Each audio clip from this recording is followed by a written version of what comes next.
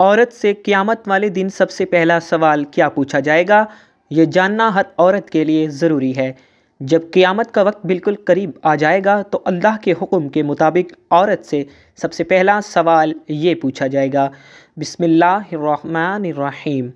ناظرین، جب قیامت کا وقت بالکل قریب آ جائے گا تو اللہ تبارک و تعالی حضرت اسرافیل علیہ السلام کو سور پھونکنے کا حکم دیں گے۔ تو حضرت اسرافیل علیہ السلام اللہ تبارک و تعالی کے حکم کے مطابق سور پھونکیں گے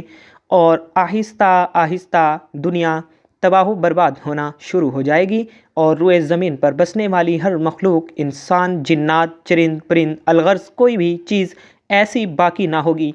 زندہ ہو۔ اس وقت سب کا نام و نشان مٹ جائے گا اور سب کچھ تباہ و برباد ہو جائے گا۔ دلکش اور خوبصورت نظر آنے والی اس زمین پر ہر طرف چٹیل میدان اور ویرانی ہی ویرانی ہو جائے گی۔ اس کے بعد اللہ تبارک و تعالی ارشاد فرمائے گا کہ کون ہے جس کی آج بادشاہی ہے، اور کہاں گئے دنیا کے جبار اور متکبر لوگ۔ دنیا کی اس تباہی کے بعد ایک لمبا عرصہ خاموشی اور سناٹے میں گزر جائے گا، اور اس لمبے عرصے کا علم صرف اللہ تبارک و تعالی کو ہی ہے۔ پھر جب اللہ تبارک و تعالی چاہے گا تو نئے سرے سے زمین، آسمان اور فرشتوں کو پیدا کرے گا۔ انسانوں کو دوبارہ زندہ کرنے کے لیے اللہ تبارک و تعالی آسمان سے بارش نازل فرمائے گا، جس کے نتیجے میں ہر انسان کی ریڑھ کی ہڈی سے پورا انسانی ڈھانچہ تیار ہو جائے گا، اور اس ڈھانچے پر اللہ تبارک و تعالی کے حکم سے گوشت پوست چڑھ جائے گا۔ اس طرح جب تمام انسان دوبارہ زندہ ہو جائیں گے تو اللہ تبارک و تعالی حضرت اسرافیل علیہ السلام کو دوبارہ سور پھونک حکم دیں گے۔ اس وقت تمام انسان ننگے پاؤں، ننگے بدن اور بے ختنہ اٹھ کھڑے ہوں گے، جس طرح ماں کے پیٹ سے پیدا ہوئے تھے، اور اس دن اللہ تبارک و تعالی کا یہ فرمان پورا ہوگا، جس طرح کہ اللہ تبارک و تعالی قرآن پاک میں ارشاد فرماتا ہے، اور تم لوگ فردن فردن ہمارے پاس حاضر ہو گئے جس طرح ہم نے تمہیں پہلی مرتبہ پیدا کیا تھا۔ ناظرین، سب سے پہلے اللہ تعالیٰ کے پیارے نبی حضرت محمد مصطفیٰ صلی اللہ علیہ وآلہ وسلم اپنی قبر انور سے باہر تشریف لائیں گے۔ اس کے بعد حضرت عیسیٰ علیہ السلام اور دیگر انبیاء کرام اپنی قبر انور سے باہر تشریف لائیں گے، اور اس کے بعد شہدائے کرام اور اللہ تبارک و تعالیٰ کے نیک بندے اہل ایمان اٹھیں گے۔ اس دن کافر، مشرک اور منافق لوگ اپنے اپنے اعمال کے مطابق اپنی اپنی قبروں سے زندہ اٹھیں گے۔ کوئی اندھا ہوگا تو کوئی بہرا ہوگا تو کوئی لنگڑا ہوگا، اور کسی کو چیونٹی کی شکل میں اٹھایا جائے گا، اور کوئی شخص اپنے اعمال کے مطابق سر کے بل اٹھے گا۔ اس دن کافر اس غیر متوقع زندگی کے مناظر دیکھ کر شدید خوف اور غم کے اندر مبتلا ہو جائیں گے، اور ان کی آنکھیں اس خوفناک منظر کو دیکھنے کے بعد پتھرا جائیں گی، اور ان کافروں کے دل کانپ رہے ہوں گے اور کلیجے منہ کو آ رہے ہوں گے۔ اس دن اتنا وحشت ناک عالم ہوگا کہ کوئی غمگسار اور مددگار نہ ہوگا۔ اس دن نہ ہی کوئی ایک دوسرے کو پوچھنے والا ہوگا، اور اہل ایمان بھی اپنے اعمال کے مطابق اپنی قبروں سے اٹھیں گے، اور اس دن شہدائے کرام اپنے بہتے ہوئے تازہ خون کے ساتھ اٹھائے جائیں گے، اور جو شخص جس حالت میں فوت ہوگا وہ اسی حالت میں ہی اپنی قبر سے اٹھے گا، یعنی جو گناہ کرتا ہوا امر گیا وہ اسی گناہ کی حالت میں اٹھے گا، جو شراب پیتا ہوا مرا وہ اسی طرح شراب پیتا ہوا اٹھے گا،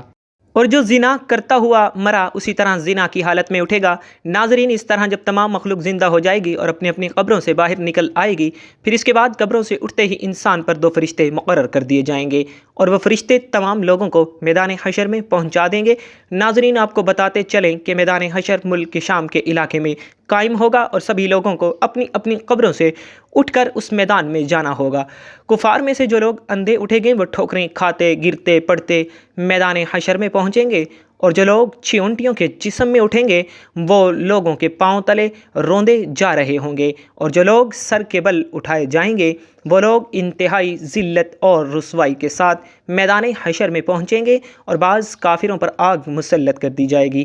جو ان کافروں کو ہانک کر میدان حشر کی طرف لے جائے گی، اور اہل ایمان بھی اپنے عقائد اور اعمال کے مطابق میدان حشر کی طرف رواں دواں ہوں گے۔ بعض اہل ایمان پیدل پہنچیں گے، اور بعض اہل ایمان اونٹوں پر سوار ہو کر میدان محشر میں پہنچیں گے۔ کسی اونٹ پر ایک شخص ہوگا تو کسی اونٹ پر 2، حتیٰ کہ کسی پر 10 آدمی بھی سوار ہوں گے۔ اس دن اللہ تبارک و تعالیٰ کی ساری مخلوق اس خوفناک عالم میں چپ چاپ ایک ہی منزل کی طرف رواں دواں ہوگی، اور وہ منزل مقام محشر ہوگا۔ اس دن کسی کو اونچا سانس لینے کی بھی جرت تک نہ ہوگی۔ اس دن ہر آدمی کو یہ احساس ہوگا کہ آج حساب کا دن ہے اور آج اپنی زندگی میں کیے گئے تمام کرتوتوں کا پھل ملنے والا ہے۔ اس طرح جب تمام مخلوق میدان محشر میں پہنچے گی تو اس وقت اللہ تعالیٰ کی طرف سے یہ اعلان کیا جائے گا کہ اے مجرموں، آج کے دن الگ الگ ہو جاؤ۔ اس وقت تمام لوگ الگ الگ گروہوں کے اندر تقسیم ہو جائیں گے اور کافر اور مشرک لوگ اپنی اپنی زندگی میں جس چیز کی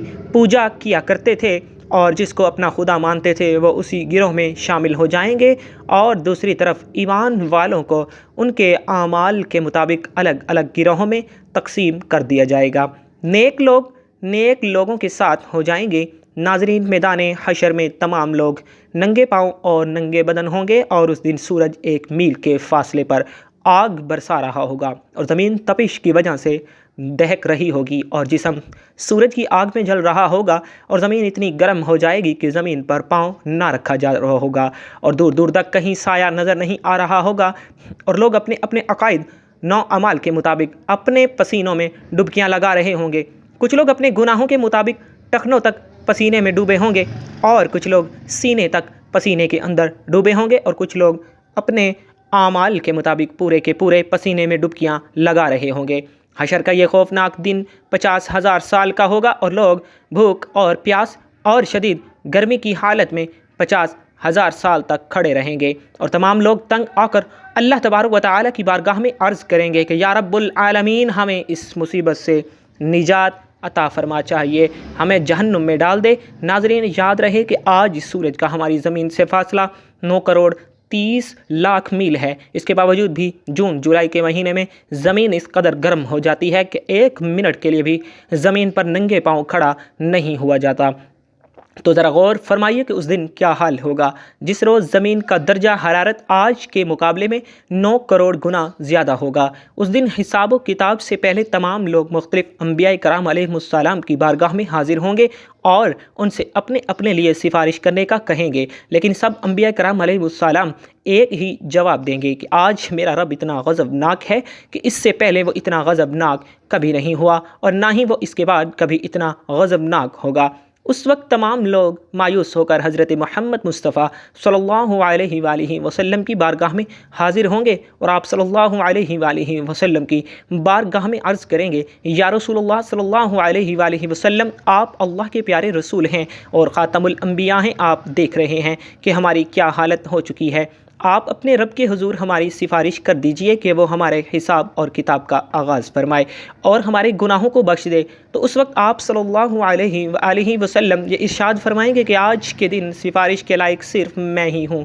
چنانچہ اس وقت حضرت محمد صلی اللہ علیہ وآلہ وسلم کو میدان حشر سے شفاعت کی بلند ترین مقام محمود تک پہنچا دیا جائے گا، جو جنت میں عرش الہی کے نیچے ہوگا، اور وہاں پہنچ کر حضور پاک صلی اللہ علیہ وآلہ وسلم اپنے پیارے رب کے حضور سجدے میں گر جائیں گے اور اللہ تبارک و تعالیٰ کی حمد و ثنا کریں گے۔ اس وقت اللہ تبارک و تعالیٰ کی ذات جب اپنے محبوب کے اس محبت بھرے سجدے کو دیکھے گی تو اس وقت اللہ تبارک و تعالیٰ کا دریائے رحمت جوش میں آ جائے گا، تو اللہ تبارک و تعالیٰ اپنے حبیب صلی اللہ علیہ وآلہ وسلم سے ارشاد فرمائیں گے،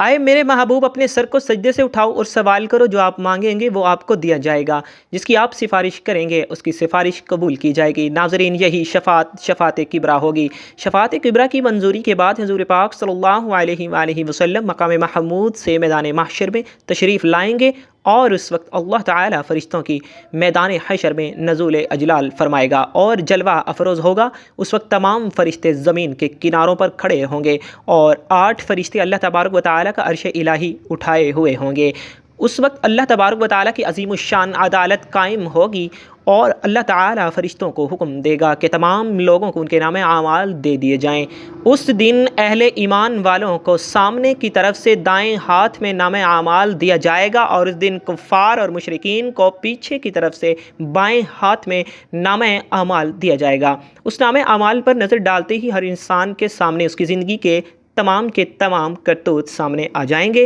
اور اپنی اپنی زندگی میں کیے گئے تمام کرتوتوں کی تمام یادیں تازہ ہو جائیں گی، اور اس دن اہل ایمان کے روشن چہرے کچھ اور بھی روشن اور تر و تازہ ہو جائیں گے، اور تمام اہل ایمان خوشی خوشی دوسروں کو اپنا نامہ اعمال دکھائیں گے، جیسا کہ اللہ تبارک و تعالیٰ اس منظر کی طرف اشارہ کرتے ہوئے قرآن پاک میں ارشاد فرماتا ہے، اور لوگ کہیں گے کہ آؤ